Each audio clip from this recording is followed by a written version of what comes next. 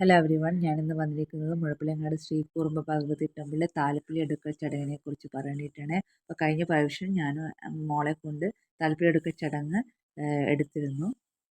എല്ലാ വർഷവും മാർച്ച് 7, 8, 9 തീയതിയാണ് ഉത്സവം ഉണ്ടാവുക.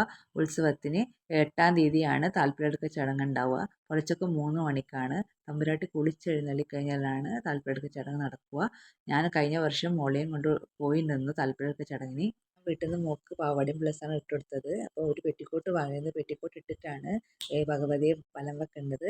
പെറ്റിക്കോട്ട് ധരിച്ച് വീട്ടിൽ നിന്ന് കുറച്ച് പച്ചരി കൊണ്ടുവരണം. കിണ്ണാൻ പോലത്തൊരു പാത്രം കൊണ്ടുവരും. ഞാൻ പ്ലേറ്റ് ആയതുകൊണ്ട് അതിൻ്റെ അടി പൊള്ളുന്നുണ്ടായിരുന്നു. താലപ്പൊലി എടുക്കൽ ചടങ്ങ് ചെയ്യുന്നത് നമ്മുടെ മക്കളുടെ നല്ല ഐശ്വര്യത്തിനും നല്ല ഭാവിക്കും എല്ലാ ഐശ്വര്യത്തിനും വേണ്ടിയിട്ടാണ് നമ്മൾ ഈ താലപ്പൊലി എടുക്കൽ ചടങ്ങ് ചെയ്യുന്നത്. തമ്പുരാട്ടിയുടെ മക്കളായിട്ടാണ് ഉത്സവത്തിന് നമ്മളെ മക്കളെ അണിയിച്ചിട്ട് താലപ്പൊലി എടുക്കൽ ചടങ്ങിന് കൊണ്ടുപോകുന്നത്. അപ്പോൾ ദേവിയെ വലം വെച്ച് പച്ചരി ദേവിക്ക് നമ്മൾ ലാസ്റ്റ് എല്ലാം 3 വട്ടം വലം വെക്കണം. അപ്പോൾ തിരിയും അതായത് വെളിച്ചെണ്ണ നമുക്ക് അമ്പലത്തിൽ നിന്ന് തരും.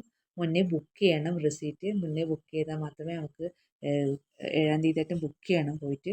എന്നാൽ മാത്രമേ നമുക്ക് ചെയ്യാൻ പറ്റൂ. അപ്പോൾ ഈ ചടങ്ങ് ഉത്സവത്തിനാണ് ചെയ്യുക. എല്ലാവരും ചെയ്യണം.